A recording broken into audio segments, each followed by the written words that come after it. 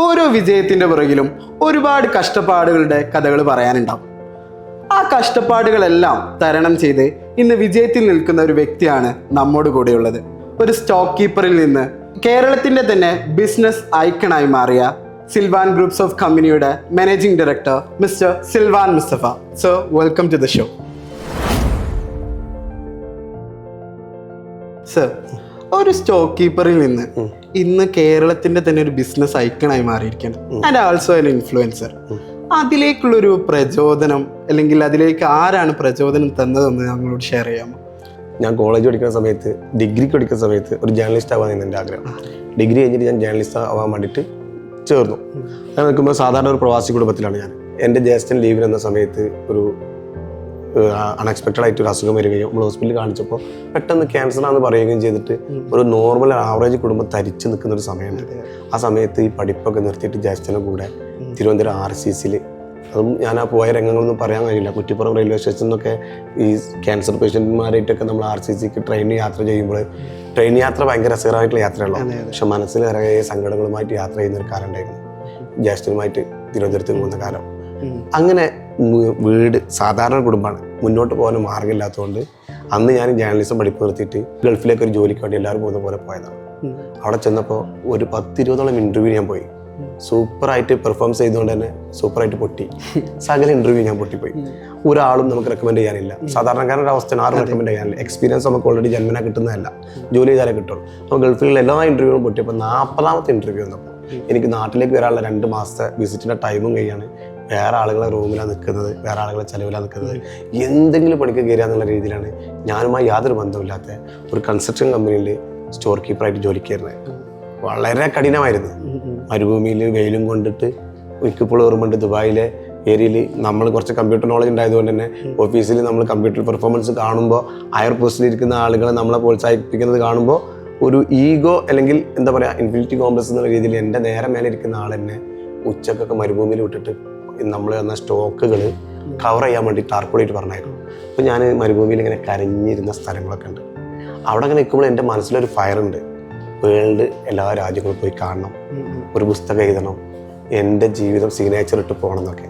പക്ഷേ ജീവിതത്തിൽ വന്ന മാറ്റങ്ങൾ നമുക്ക് എവിടെ എത്തിക്കാൻ പറ്റാത്ത രീതിയിൽ നമ്മളല്ലല്ലോ തീരുമാനിക്കുന്നത്. നമ്മൾ ഒരുപാട് സ്വപ്നം കാണും, തീരുമാനങ്ങൾ വിധി മറ്റൊന്നായിരിക്കും. അങ്ങനെ ഇരുന്ന് ഞാൻ കരഞ്ഞിരുന്ന ആ സ്ഥലമുണ്ട് ദുബായിൽ. ഇന്ന് ഈ സമയത്ത് ഇങ്ങോട്ട് സംസാരിക്കുന്ന സമയത്ത് ദുബായിലെ സിൽവാൻ തുടങ്ങിയപ്പോൾ ഞാൻ ആദ്യമായിട്ട് ഫ്ലാറ്റ് വാങ്ങിയത് ആ കരഞ്ഞിരുന്ന ബിൽഡിങ്ങിന് മേലത്തെ ഫ്ലാറ്റാണ്. അതൊന്നും നമ്മുടെ ജീവിതത്തിലൊരു അപ്പോൾ അന്ന് കിട്ടിയൊരു ഫയറാണ്. നമ്മൾ എവിടെയാണോ കരഞ്ഞിരുന്നത്, സങ്കടപ്പെട്ടത്, അവിടെ നമ്മൾ വിജയക്കൊടി കാണിക്കുമ്പോൾ കിട്ടുന്നൊരു ത്രില്ലുണ്ടല്ലോ, ആ ത്രില്ലിന് ഒക്കൂല ഇന്നത്തെ ഏതൊരു മയക്കുമരുന്നിനും അല്ലെങ്കിൽ ഏതൊരു താൽക്കാലികമായിട്ടുള്ള സിന്തറ്റിക് ആയിട്ടുള്ള എല്ലാ മയക്കുമരുന്നും കിട്ടില്ല. അതാണ് ലഹരി.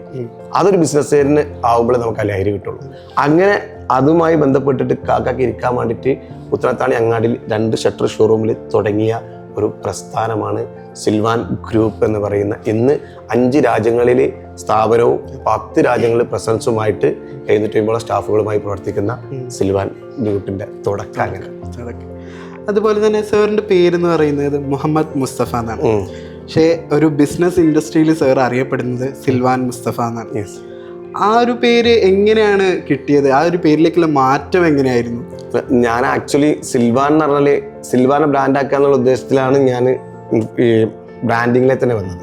എങ്ങനെ ബ്രാൻഡിങ്ങിൽ വന്നത്? സിൽവാൻ്റെ ഓരോ വീഡിയോസ് ഇടല്, നമ്മൾ തന്നെ സ്വന്തമായിട്ട് വീഡിയോ ഇടല്, മുഹമ്മദ് മുസ്തഫ എന്നോ അല്ലെങ്കിൽ മുസ്തഫ പുത്രത്താണിന്നോ, എൻ്റെ വേറൊരു എന്നെ വീട്ടിലേക്ക് വിളിച്ച പേര് മുസ്തഫ ടിപ്പു എന്നോ, അതൊക്കെ എൻ്റെ ഫേസ്ബുക്കിലെ പേര്.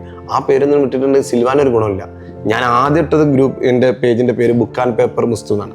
ബുക്ക് ആൻഡ് പേപ്പർ എന്ന് പറഞ്ഞാൽ എന്തും എഴുതാൻ പറ്റുന്ന ഒരു പേജ് എന്നുള്ള രീതിയിൽ എഴുതുക. പിന്നെ എനിക്ക് മനസ്സിലായി ഈ ബുക്ക് ആൻഡ് പേപ്പർ മുസ്തു വളർന്നിട്ട് പ്രത്യേകിച്ച് എനിക്ക് കാര്യമൊന്നുമില്ല. നേരെ മറിച്ച് ആ എൻ്റെ പേരിൻ്റെ മുന്നേ സിൽവാൻ മുസ്തഫ എന്ന് പറയുമ്പോൾ എന്നെ ഒരു ഗസ്റ്റായിട്ട് വിളിക്കുന്ന ഒരു നോട്ടീസിൽ പോലും സിൽവാൻ മുസ്തഫ എന്നുണ്ടാവും. അവിടെ എൻ്റെ സ്ഥാപനം ബ്രാൻഡായി മാറുകയാണ്. ആ സ്ഥാപനം ബ്രാൻഡായാലേ എൻ്റെ കുട്ടികൾക്ക് പട്ടിണി മാറുള്ളൂ, അല്ലെങ്കിൽ എൻ്റെ കൂടെ പ്രതീക്ഷിച്ച് വരുന്ന 700 കുടുംബങ്ങളുടെ പട്ടിണി മാറുള്ളൂ. അപ്പോൾ അത് ബ്രാൻഡാക്കാനുള്ള ഉദ്ദേശത്തിലാണ് എൻ്റെ പേര് സിൽവാൻ മുസ്തഫ എന്ന് മാറ്റിയത്. ബുക്ക് ആൻഡ് പേപ്പർ എന്ന മുസ്തഫ എന്നുള്ള പേര് മാറ്റാൻ എൻ്റെ പാർട്ട്ണറായിട്ടുള്ള മരിച്ചുപോയ ഷുഹൈബ് ഒരുപാട് സപ്പോർട്ട് ചെയ്തിട്ടുണ്ട്. ഇപ്പോഴത്തെ തലമുറയിലെ കുട്ടികൾ, അതുപോലെ തന്നെ ഇനി വരാൻ പോകുന്ന തലമുറയിലെ കുട്ടികൾ കൂടുതലും ബിസിനസ് മേഖലയിലേക്ക് വരാൻ ആഗ്രഹിക്കുന്നവരാണ്. കാരണം അവർക്ക് കൂടുതൽ പെട്ടെന്ന് സെറ്റിൽ ആവണം. പല പുതിയ ഐഡിയാസ് അവരുടെ കയ്യിലുണ്ട്. അപ്പോൾ ഇങ്ങനെ വരുന്ന കുട്ടികളോട് സാറിൻ്റെ ഭാഗത്തു നിന്നുള്ള കുറച്ച് ടിപ്സുകൾ എന്തൊക്കെയാണ് അവരോട് പറയാനുള്ളത്? ടിപ്സ് ആയിട്ടല്ല അശ്വത, അത് ആക്ച്വലി ഇപ്പോൾ ഞാൻ ഒരു 10-30 കോളേജിൽ എൻ്റെ ഒരു ലക്ഷ്യം തന്നെ മരിച്ചു പോകുന്നതിന് മുന്നേ ഒരു 100 ആളെങ്കിലും ഓൺട്രപ്രണർ മേഖലയിലേക്ക് കൊണ്ടുവരണം. ആ സമൂഹം രക്ഷപ്പെടും, അവരെ ചുറ്റുപറ്റിക്കുന്ന സമൂഹം രക്ഷപ്പെടും. ഞാനൊരു 10-30 കോളേജിലടക്കം ഒരു 100-ൽ പരം ക്ലാസ്സുകൾ ഫ്രീ ആയിട്ട് ₹1 റെമ്യൂണറേഷൻ വാങ്ങാതെ ക്ലാസ് എടുത്ത് കൊടുത്തിട്ടുണ്ട്. എന്താ ക്ലാസ് എന്ന് പറഞ്ഞാൽ എങ്ങനെ ഒരു സാധാരണക്കാരൻ ബിസിനസ്സുകാരനാവാം, എങ്ങനെ അച്ചീവ് ആവാമെന്നാണ് എൻ്റെ ലക്ഷ്യം എന്ന് പറഞ്ഞാൽ. അതിന് എനിക്ക് കണ്ടത് പല കോളേജിലും ഞാൻ കണ്ടത് നമ്മൾ കാണുന്ന ന്യൂ ജനറേഷൻ അല്ല, നമ്മളെല്ലാവരും കുറ്റപ്പെടുത്താൻ കാണുന്ന ഒരു ന്യൂ ജനറേഷൻ ഉണ്ട്. അതല്ല, ബിസിനസ്സുകാരനാവണം, സ്വന്തമായിട്ട് ഏണിങ്സ് ഉണ്ടാക്കണം, നാട്ടിൽ പുരോഗതി ഉണ്ടാക്കണം, നല്ല ലൈഫ് ജീവിക്കണം എന്ന് ആഗ്രഹിക്കുന്ന ഒരു വലിയ സമൂഹമാണ് നമ്മുടെ നാട്ടിൽ വളർന്നു വരുന്നത്. എവിടുന്ന് കണ്ടാലും ബിസിനസ്സുമായി ബന്ധപ്പെട്ട്, ഞാനൊരു സെലിബ്രിറ്റി ഒന്നുമല്ല, ഞാനൊരു സിനിമയിൽ അഭിനയിച്ചിട്ടില്ല, നമ്മളൊന്നും ചെയ്യില്ല, പക്ഷെ നമ്മളെ കൂടെ ഒന്ന് സെൽഫി എടുക്കുക. അപ്പൊ എന്താണ്, അവർക്കൊരു സക്സസ്ഫുൾ ഓണ്ടർപ്രണർ ആവാനാണ് പോലെ പാഷൻ. ആ പാഷൻ ഉള്ള കാലത്തോളം ഒരു സക്സസ് ആവും. കാരണം ഈ പാഷന് കത്തി നിൽക്കുമ്പോഴാണ് അവർക്ക് ആ പാഷനിലേക്ക് എത്താൻ വേണ്ടി പണിയെടുക്കുക. ഒരു പാഷന് അതിയായ ഒരു ആഗ്രഹം നിങ്ങൾക്ക് ഉണ്ടെങ്കിൽ അത് നേടിത്തരാൻ ഈ ലോകം ഗൂഢാലോചന നടത്തുന്ന ആൽക്കെമിസ്റ്റിൽ പറഞ്ഞ പോലെ അതിന് പറ്റിയ ടീം വളർന്നു വരുന്നുണ്ട്. അവർക്ക് വേണ്ട മാർഗനിർദ്ദേശം കൊടുക്കാൻ ഇപ്പോൾ ഗവൺമെന്റും സപ്പോർട്ട് ചെയ്യുന്നുണ്ട്, പല രീതിയിൽ സ്റ്റാർട്ടപ്പുകളെ സപ്പോർട്ട് ചെയ്യുന്നുണ്ട്. എൻ്റെ ഒരുപാട് കൂട്ടുകാർ അവരുടെ പുതിയ സ്റ്റാർട്ടപ്പുമായിട്ട് സ്റ്റാർട്ടപ്പ് മിഷൻ്റെ കീഴിൽ പോലെ പുറത്തൊക്കെ എക്സ്പോയിൽ പങ്കെടുത്തിട്ടുണ്ട്.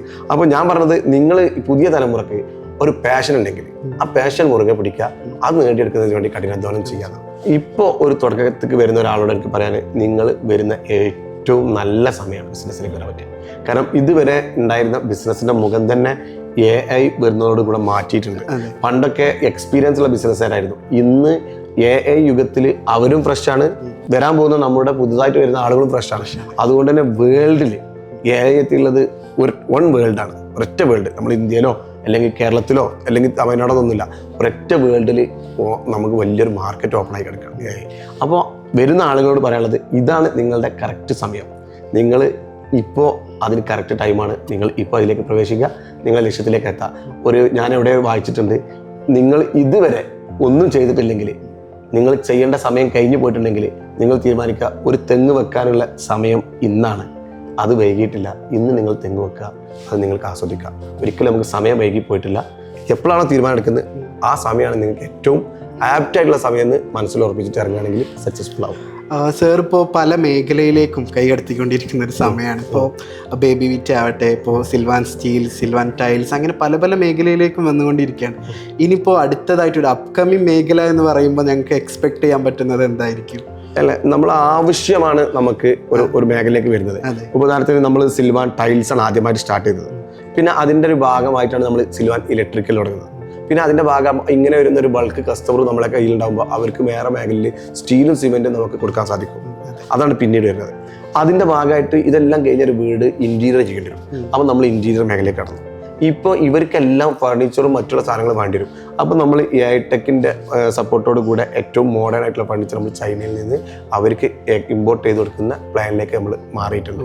ഇത് ഞങ്ങളുടെ ഈ ഒരു ഓൺ റൂഫിൽ ഒറ്റ സൊല്യൂഷൻ എന്നുള്ള രീതിയിൽ ചെയ്ത പരിപാടിയാണ്.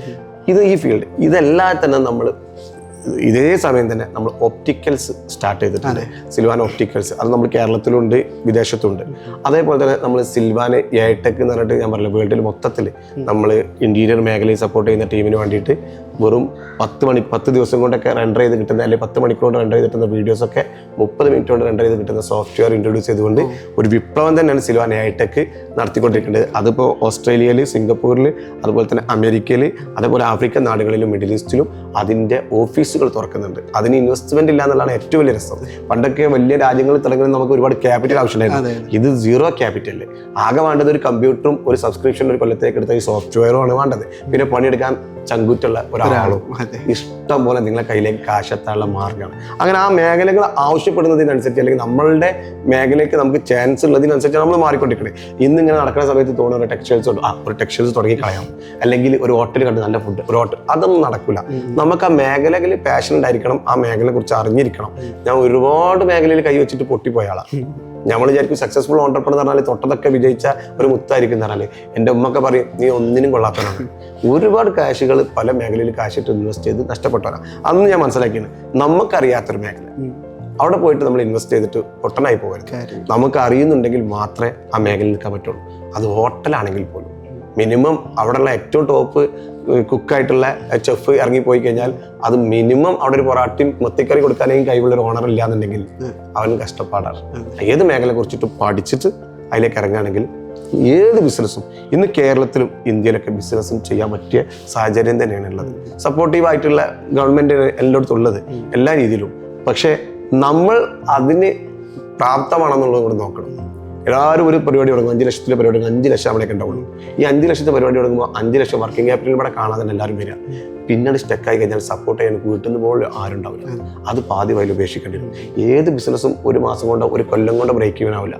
അപ്പം ബ്രേക്ക് ഈവൻ ആവുന്നത് വരെയുള്ള ഒരു വർക്കിംഗ് ക്യാപിറ്റൽ കാണാത്ത ഒരാൾ എത്ര ബിസിനസ് സാധ്യതയുള്ളടത്ത് ആണെങ്കിലും പോയിട്ടുണ്ടെങ്കിലും സപ്പോർട്ട് ചെയ്യാൻ സാമ്പത്തികമായിട്ട് ആരും കൂടെ ഇല്ലാന്നുണ്ടെങ്കിൽ തകർന്നു പോകും. കൂടെ ഉണ്ടാവുമെന്ന് തോന്നുന്ന പല ആളുകളും വഴിയിലിറങ്ങിപ്പോകും. നമ്മൾ സഹായിക്കുന്ന പ്രതീക്ഷിച്ച പല ആളുകളും മുഖം തിരിക്കും. അപ്പം തളർന്നു പോകാതിരിക്കാനുള്ള ഒരു മെന്റാലിറ്റിയും ഒരു ഇരട്ടച്ചങ്കും ഉണ്ടാവണം. എന്നാലേ ഒരു ബിസിനസ്സുകാരനാവാൻ സാധിക്കും. അതെ. അപ്പോൾ കൊളാബറേഷൻ്റെ ഒരു കാലഘട്ടമാണ് ഇപ്പോൾ അല്ലേ? പലതരത്തിലുള്ള കൊളാബറേഷൻ, പല കമ്പനികൾ തമ്മിൽ കൊളാബ് ചെയ്യുന്നു. സിൽവാൻ ഗ്രൂപ്പ്സിന് അങ്ങനെ ഒരു കൊളാബറേഷൻ്റെ ഒരു ഇത് എക്സ്പെക്ട് ചെയ്യാൻ പറ്റും നമുക്ക്? ഞാനും കൊളാബറേഷൻ ഇഷ്ടപ്പെടുന്ന ആളാണ്. ഉദാഹരണത്തിന് ഇപ്പം ഞാൻ ചെയ്യുന്ന ഒരു ഡ്യൂട്ടി സിൽവാൻ ടൈൽസിനപ്പുറം ഞാനൊരു ഇൻഫ്ലുവൻസറാന്ന് പറയുന്നത്. ഞാൻ ചെയ്യുന്ന ഒരു പരിപാടി എന്ന് പറഞ്ഞാൽ നമ്മൾ സപ്ലൈ ചെയ്യുന്ന പ്രൊഡക്റ്റുകൾ ഇപ്പോൾ ആളുകൾക്ക് ഒരുപാട് അറിവില്ലാത്ത മേഖലയുണ്ട്. ഈ ടൈൽസുകൾ, സാനിറ്ററി, അതുപോലെ ഈ ഫിറ്റിങ്സുകളെ കുറിച്ചൊക്കെ അതിനെ എക്സ്പ്ലെയിൻ ചെയ്യുന്ന വീഡിയോസ് ചെയ്യും. ഇതാണ് ക്വാളിറ്റി, ഇതാണ് തിക്നെസ്, ഇതിൻ്റെ ക്വാളിറ്റി ഇങ്ങനെ വിരിക്കേണ്ടത്, ഇങ്ങനെ ചെലവ് ചുരുക്കി ചെയ്യാന്നുള്ളത്. എന്നിട്ട് അത് വിരിച്ചത് ആളുകൾ കണ്ടിട്ട് വീഡിയോ കണ്ടിട്ട് ആളുകൾ വീട്ടിലേക്ക് കൊണ്ടുപോകും. വീട്ടിലേക്ക് കൊണ്ടുപോയിട്ട് അവർ ഹൗസ് വാമിങ് കഴിഞ്ഞിട്ട് വീട് ഉദ്ഘാടനം കഴിയും. പിന്നെ ഞാനും എൻ്റെ ക്യാമറമാനും കൂടെ പോയിട്ട് എന്ത് ചെയ്യും, ആ വീട് ഹൗസ് വാമിങ് കഴിഞ്ഞിട്ട് ഹോം ടൂർ എടുക്കും. ആ ഹോം ടൂർ എടുക്കുന്ന സമയത്ത് അത് വിരിച്ച ആളെ കൊണ്ടുവരും, അത് ചെയ്ത് ആർക്കിടെക്ട് എഞ്ചിനീയറെ കൊണ്ടുവരും, അവരെടുത്തിട്ട് ഇൻറ്റർവ്യൂ ചെയ്യും. അതോടുകൂടി നമ്മളെ വീഡിയോയിലൂടെ പുതുതായിട്ട് വീടുണ്ടാക്കാൻ ആഗ്രഹിക്കുന്ന ആളുകൾ കാണുന്നത് എന്താണ്, അത് വിരിച്ച വർക്കറെ, അത് പണിയെടുപ്പിച്ച എഞ്ചിനീയറെ, അത് പ്ലാൻ ചെയ്ത ആർക്കിടെക്റ്റിനെ, അത് ഇന്റീരിയർ ഡിസൈൻ ചെയ്ത ഇന്റീരിയർ 4 ആളുകളെ, പിന്നെ ആ വീട്ടിലേക്ക് സാധനം എടുത്ത് വന്ന കസ്റ്റമറെയും. അപ്പോൾ ഒരു പ്ലാറ്റ്ഫോമിൽ ഇന്ന് നമ്മളൊരു വീഡിയോ വരിക എന്ന് പറഞ്ഞാൽ നമ്മളെ പ്ലാറ്റ്ഫോമിൽ 3 പ്ലാറ്റ്ഫോമിലായിട്ട് നല്ല സമയമാണെങ്കിൽ 20 മില്യൺ വ്യൂസ് ഉണ്ട്. നോർമൽ സമയമാണെങ്കിൽ നമുക്ക് 5 മില്യൺ വ്യൂസ് ഉണ്ട്. 5 മില്യൺ എന്ന് പറഞ്ഞാൽ അത്രയും 50 ലക്ഷം ആളുകൾ കാണുകയാണ്. അത് ഈ 4 ആൾക്ക് ഉപകാരപ്പെടണം. അത് മഖ്സൂദിന്റെ ബ്രാൻഡിനും ഈ വർക്കറെ ബ്രാൻഡിനും ആർക്കിടെക്റ്റിന്റെ ബ്രാൻഡിനും ഇന്റീരിയറിന്റെ ബ്രാൻഡിനും ഒക്കെ ഉപകാരപ്പെടണം. 360 മാർക്കറ്റിംഗ് എന്നതിന് പറയാം. അതായത് ഞാൻ എൻ്റെ ബ്രാൻഡിനെ പരിചയപ്പെടുത്തുന്നതോട് കൂടെ 4 ആളുകൾക്ക് ഉപകാരപ്പെടുകയാണ്. അത് ചെയ്ത മേസന്, അതിന്റെ ഇന്റീരിയർ ഡിസൈനർക്ക്, അതിന്റെ ആർക്കിടെക്റ്റിന്, അതിന്റെ വീട്ടുകാർക്ക്. അപ്പോൾ അതുമൂലം എന്ത് ചെയ്യുന്നുണ്ട്, നമുക്ക് കേരളത്തിന്റെ പല ഭാഗത്തേക്ക് പുതിയ എൻട്രി കിട്ടുന്നുണ്ട്. ഇവരേക്ക് സാധനം എടുത്തു കഴിഞ്ഞാൽ ഇവരെ ചാനലിലൂടെ നമുക്ക് പ്രൊഡക്റ്റ് പരിചയപ്പെടുത്താം.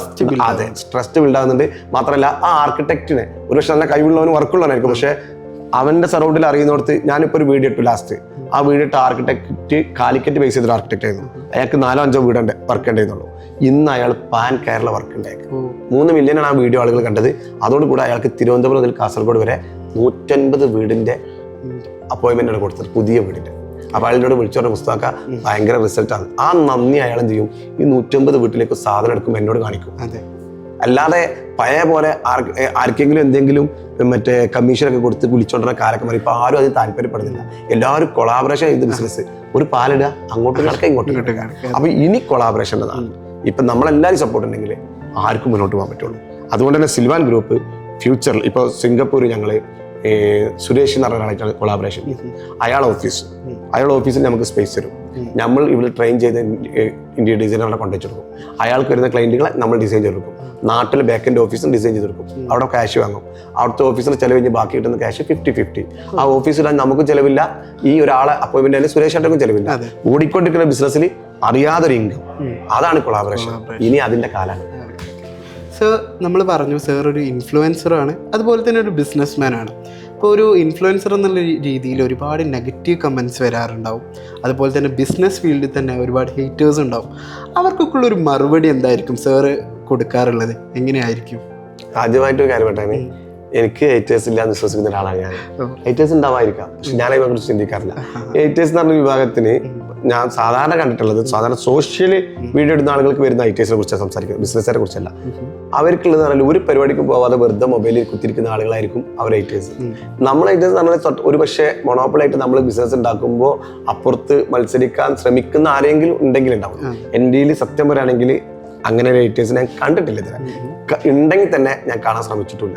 കാരണം ഞാൻ ആ നെഗറ്റീവിന്റെ പിന്നാലെ പോകില്ല. ജീവിതത്തിൽ തന്നെ ഞാൻ പോസിറ്റീവ് മാത്രം കാണുന്നത്. കാരണം നെഗറ്റീവുകൾ ഉണ്ടാവാം. ആ നെഗറ്റീവിന്റെ പിറകെ പോയിട്ടുണ്ടെങ്കിൽ നമ്മൾ നമ്മളൊരു ലക്ഷ്യത്തിലേക്ക് ഓടിക്കൊണ്ടിരിക്കുമ്പോൾ പല ആളുകളും അത് തടയാൻ വരും. അതൊക്കെ തടസ്സങ്ങളില്ലാതെ നമ്മൾ ഓടിയാലല്ലേ മുന്നോട്ടെത്താൻ പറ്റുള്ളൂ. അതുകൊണ്ട് തടസ്സത്തേക്ക് ശ്രദ്ധിച്ചു കഴിഞ്ഞാൽ നമ്മൾ മഹാഭാരതത്തിലൊരു കഥ പറയുന്നുണ്ട്. അത് ദ്രോണാചാര്യ ഇങ്ങനെ ഒരു കിളീനെ കാണിച്ചു കൊടുത്തിട്ട് എല്ലാവരോടും ചോദിച്ചു അമ്പ് ചെയ്യാൻ പറ്റണം, എന്തൊക്കെ കാണുമെന്ന് ചോദിച്ചു. കിളീനെ കാണുന്നുണ്ട്, ഇവിടെ നിൽക്കുന്ന ആൾക്കാരൊക്കെ കാണുന്നെന്ന് പറഞ്ഞു. അവസാനം അർജുൻ മാത്രം പറഞ്ഞു കിളിയുടെ തല മാത്രം കാണുന്നുണ്ട്.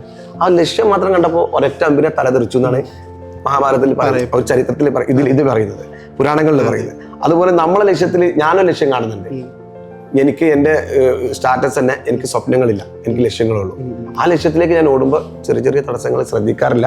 ഹേറ്റേഴ്സ് ഉണ്ടാവാം, എന്നെ ഇഷ്ടപ്പെടാത്ത ഇഷ്ടം പോലെ ആളുണ്ടാവും. പക്ഷെ അവരെന്തെങ്കിലും കമന്റ് അടിക്കുന്ന ടെൻഷൻ അടിക്കാൻ ഞാനില്ല.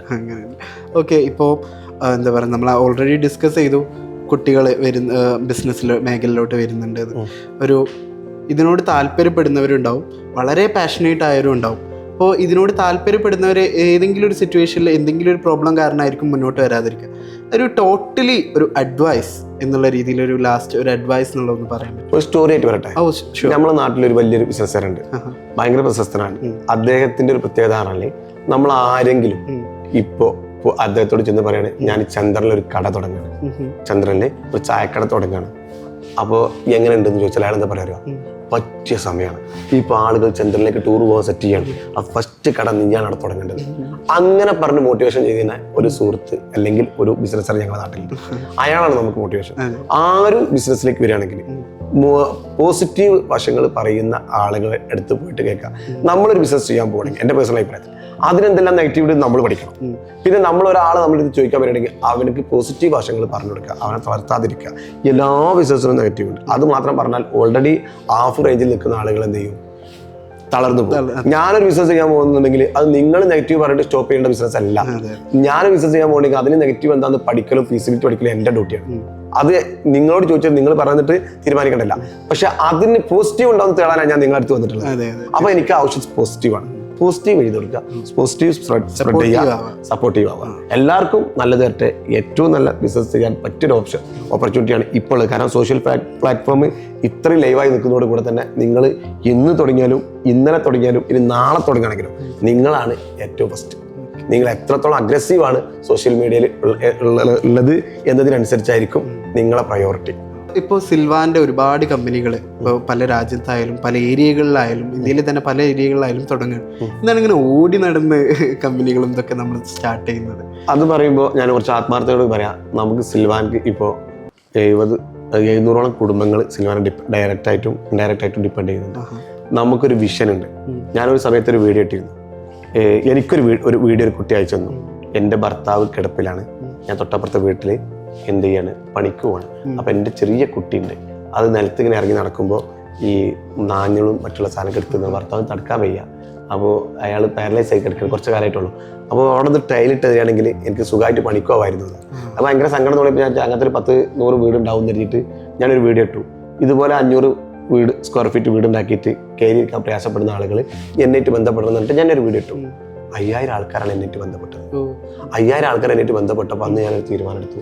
500 സ്ക്വയർ ഫീറ്റ് എടുത്തിട്ട് ടൈലിടാൻ പോലും പറ്റാത്ത 5000 ആൾക്കാർ നമ്മുടെ നാട്ടിലുണ്ടെങ്കിൽ സിൽവാൻ എന്ന് പറഞ്ഞ ഗ്രൂപ്പ് ബിസിനസ് ഉണ്ടാക്കുന്ന ലാഭത്തിനൊരു വീതം അതിന് മാറ്റിവെക്കുകയും 2030 ആകുമ്പോൾ സിൽവാന് 5000 കുടുംബങ്ങൾക്ക് ഫ്രീ ആയിട്ട് ഫ്ലോർ ടൈൽസ് കൊടുക്കുന്ന ഒരു തീരുമാനം എടുത്ത് ചെയ്തിട്ട് അത് ഞങ്ങളെ പർപ്പസിൽ എഴുതി ചേർത്തിട്ട് വിഷനിൽ എഴുതി ചേർത്തിട്ട് കഴിഞ്ഞ 4 കൊല്ലമായിട്ട് എല്ലാ കൊല്ലവും 200, 250, 300, 350 ആയിട്ട് ആളുകൾക്ക് വീട് കൊടുത്തുകൊണ്ടിരിക്കുകയാണ് സിൽവാന്. അത് 2030 ആകുമ്പോഴത്തേന് എനിക്കൊരു 50 ബ്രാഞ്ച് ആക്കിയിട്ട് അതിൽ നിന്ന് കിട്ടുന്ന ലാഭം കൊണ്ട് എന്നെ ആദ്യം വിളിച്ച ആ 5000ന്റെ അക്കൗണ്ട് ഉണ്ടല്ലോ, അതെല്ലാ കൊല്ലം കൊടുക്കാൻ പറ്റുന്ന ഒരു സിൽവാൻ ഗ്രൂപ്പ് ആക്കി മാറ്റുക എന്നുള്ളതാണ് സിൽവാന്റെ വിഷൻ. അതെന്റെ വിഷൻ ബോർഡിൽ എഴുതി വെച്ചിട്ടാണ് ഞാൻ നിങ്ങളോട് സംസാരിക്കുന്നത്. അത് നടപ്പിലാക്കി തുടങ്ങിയ ശേഷമാണ് ഞാൻ പറഞ്ഞത്. ഇത് ഞങ്ങൾ പറയാൻ കാരണം എന്ന് പറഞ്ഞാൽ ഇത് കാണുന്ന ഏതെങ്കിലും ബിസിനസ്സുകാരുണ്ടെങ്കിൽ അവരുടെ ബിസിനസ്സിൽ അങ്ങനത്തെ ഒരു താല്പര്യങ്ങൾ ഉണ്ടെങ്കിൽ അത് സൊസൈറ്റിക്ക് നല്ലതാണ്.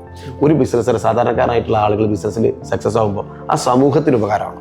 അപ്പോഴാണ് സമൂഹം ഡെവലപ്പ് ആവുക. അങ്ങനത്തെ വിഷനുകൾ മറ്റുള്ളവർക്ക് പ്രചോദനം ആവട്ടെ എന്ന് എഴുതിയിട്ടാണ് ഞാൻ ഇവിടെ പറഞ്ഞത്. ഇതേപോലെ നിങ്ങൾ കേട്ടിട്ടുണ്ടോ ബേബിവിറ്റ എന്ന് പറഞ്ഞ ബ്രാൻഡ്? ഈ ബേബിവിറ്റ എന്ന് പറഞ്ഞ ബ്രാൻഡ് എന്ന് പറഞ്ഞാൽ കുട്ടികൾക്ക് കഴിഞ്ഞ 32 വർഷമായിട്ട് പോഷകാഹാരം കൊടുക്കുന്ന ബ്രാൻഡാണ്. അത് നാച്ചുറൽ ആയിട്ട് കെമിക്കൽ ഇല്ലാത്ത, പ്രിസർവേറ്റീവ്സ് ഇല്ലാത്ത ഫുഡ്. അത് നമ്മളെ മലപ്പുറം ജില്ലയിൽ നിന്ന്, ഗ്രാമത്തിൽ നിന്ന് ഉണ്ടാക്കി അതിൽ തന്നെ 60% സ്ത്രീകളാണ് ജോലി ചെയ്യുന്നത്. ഈ സ്ത്രീകൾ തന്നെ അധികവും വിധവകളായിട്ടുള്ള സ്ത്രീകളും ഭർത്താക്കന്മാരില്ലാത്ത സ്ത്രീകളൊക്കെയാണ് പണിയെടുക്കുന്നത്. 60% സ്ത്രീകളാണ് ലീഡ് ചെയ്യുന്നത്. ആ ഒരു ബ്രാൻഡ് മലപ്പുറം ജില്ലയിലെ ഒരു ഗ്രാമത്തിൽ നിന്ന് തുടങ്ങി ഇന്ത്യയിൽ ഒട്ടുമുക്കും GCCയിലും 7 കടലുകൾ കടന്ന് ന്യൂസിലാൻഡിലേക്ക് വരെ പോകുന്നു. അങ്ങനത്തെ ഒരു ബ്രാൻഡിന് നമ്മൾ കുട്ടികൾക്ക് പോഷകാഹാരം കിട്ടുന്ന അത് ഫുഡായതുകൊണ്ട് തന്നെ ലോകത്ത് യുനെസ്കോന്റെ ഇതൊക്കെ റിപ്പോർട്ട് പ്രകാരം ലോകത്ത് ഏറ്റവും കൂടുതൽ കുട്ടികൾ മരണപ്പെടുന്ന, 5 വയസ്സിന് താഴെ മരണപ്പെടുന്നത് കുട്ടികൾ പോഷകാഹാരം കുറഞ്ഞിട്ടാണ്. അത് നമ്മൾ വിചാരിച്ച ആഫ്രിക്കയിൽ മാത്രമല്ല, ഒരു കാലത്തെ റോമിന്റെ ഈറ്റിലുമായിട്ടുള്ള സിറിയയിലും യമനിലും ഇന്ത്യയിൽ വരെ ഉണ്ട് 5 വയസ്സിന് താഴെ കുട്ടികൾ പോഷകാഹാരം കിട്ടുന്നത്. അപ്പോൾ ബേബിവിറ്റ ഒരു തീരുമാനം എടുത്തു, 2030 ആകുമ്പോൾ 1 മില്യൺ പാവപ്പെട്ട കുട്ടികൾക്ക് പോഷകാഹാരം ഫ്രീ ആയിട്ട് ഇന്ത്യയിലും വിദേശങ്ങളിലായിട്ട് നമ്മൾ കൊടുക്കുന്ന ഒരു ലക്ഷ്യം ഇട്ടിട്ട് ബേബിവിറ്റ ഓടിക്കൊണ്ടിരിക്കുന്നത്. അപ്പോൾ നമുക്ക് ഇതുപോലത്തെ ഒരു ലക്ഷ്യം നമ്മളെ കൺമുന്നിൽ എഴുതി വെച്ചിട്ട് അതിനു വേണ്ടി ഓടുമ്പോൾ നമുക്ക് ഒരിക്കലും തളർച്ച ഉണ്ടാവില്ല. ഇത് നമുക്ക് വേണ്ടിയിട്ടുള്ള ഓട്ടല്ല. എനിക്കും എൻ്റെ മക്കൾക്കും അല്ലെങ്കിൽ എൻ്റെ പാർട്ട്ണർമാർക്കും അവരുടെ കുടുംബത്തിനും ജീവിക്കാനുള്ളത് പടച്ചോൻ അനുഗ്രഹത്താൽ ഇപ്പോൾ ഓടിക്കൊണ്ടിരിക്കുന്നത്. ഇപ്പം ഈ ഓടുന്നത് നാട്ടുകാർക്ക് വേണ്ടിയിട്ടാണ്, സമൂഹത്തിൽ താഴെക്കടയിൽ ഇരിക്കുന്ന പ്രയാസപ്പെടുന്ന ആളുകൾക്ക് വേണ്ടിയിട്ടാണ്. അവരുടെ പ്രയാസം നമ്മൾ ഒരുപാട് മാത്രം വിചാരിച്ചാൽ കംപ്ലീറ്റ് ആവില്ല. പക്ഷെ ഞാൻ ഈ വിഷൻ നിങ്ങളെ മുന്നിൽ ഇത് പറയുന്നത്, ഇത് കേട്ടിട്ട് ആരെങ്കിലും ബിസിനസ് രംഗത്തേക്ക് വരുന്നുണ്ടെങ്കിൽ അവൻ്റെ ലൈഫിലും ഇതുപോലത്തെ ഒരു വിഷൻ കൊത്തിവെച്ചാൽ, അതേപോലത്തെ വിഷനാണ് അവന് കൊത്തിവെക്കുന്നതെങ്കിൽ ആ വിഷൻ കണ്ടിട്ട് സമൂഹം മാറാൻ സാധിക്കും. എപ്പോഴും ആരെങ്കിലും പറയും മുസ്ലിങ്ങളായിട്ടുള്ള ആളുകളൊക്കെ മാത്രം പോലെ ബിസിനസ്സിനുള്ള ക്യാഷ് സക്കാത്ത് കൊടുക്കായിരുന്നെങ്കിൽ നമ്മുടെ നാട്ടിൽ പാവപ്പെട്ടവരുണ്ടാവില്ല. സക്കാത്ത് നിർബന്ധമാക്കപ്പെട്ട ഒരു സമൂഹത്തിൽ പെട്ട ആളുകളായതുകൊണ്ടാണ് മുസ്ലിങ്ങൾ എന്ന് പറയുന്നത്. അപ്പൊ അത്രയും ഒരു കമ്മ്യൂണിറ്റി വാല്യൂയിലേക്ക് ആളുകൾ വരികയാണെങ്കിൽ നമ്മളെ നാട്ടിൽ ദാരിദ്ര്യം നിർമ്മാർജ്ജനം ചെയ്യാൻ സാധിക്കും. അതൊരു ഗവൺമെന്റ് കാത്തിരുന്നിട്ടോ മറ്റൊരു ടീം ചെയ്യുമോ എന്ന് കാത്തിരിക്കുന്നതിന് പകരം നമ്മൾ ഏറ്റെടുക്കുക, സമൂഹം ഏറ്റെടുക്കുക. നല്ലൊരു നാളേക്ക് വേണ്ടി ബിസിനസ്സിലേക്ക് വരുന്ന എല്ലാവർക്കും ഇതുപോലത്തെ ഒരു ലക്ഷ്യം ആദ്യമായിട്ട് നിങ്ങളെ മനസ്സിലും നിങ്ങളെ ബോർഡിലും കൊത്തിവെക്കുക. എന്നിട്ട് നിങ്ങളെ കർമ്മപഥത്തിലേക്ക് ഇറങ്ങുക. നിങ്ങൾക്ക് സക്സസ് ആയിരിക്കും, നിങ്ങൾക്ക് വിജയം ഉണ്ടായിരിക്കും, നിങ്ങൾക്ക് ഒരിക്കലും തളർച്ചയുണ്ടായിരിക്കില്ല എന്ന് ഞാൻ എൻ്റെ എക്സ്പീരിയൻസ് നിങ്ങളോട് ഷെയർ ചെയ്യണം. നമുക്ക് ഒരുപാട് പോസിറ്റീവ് ആയിട്ടുള്ള കാര്യങ്ങൾ കിട്ടി. സാറിൻ്റെ ഇത്രയും വിലപ്പെട്ട സമയം ഞങ്ങൾക്ക് വേണ്ടി ചെലവഴിച്ച് thank you sir. Thank you.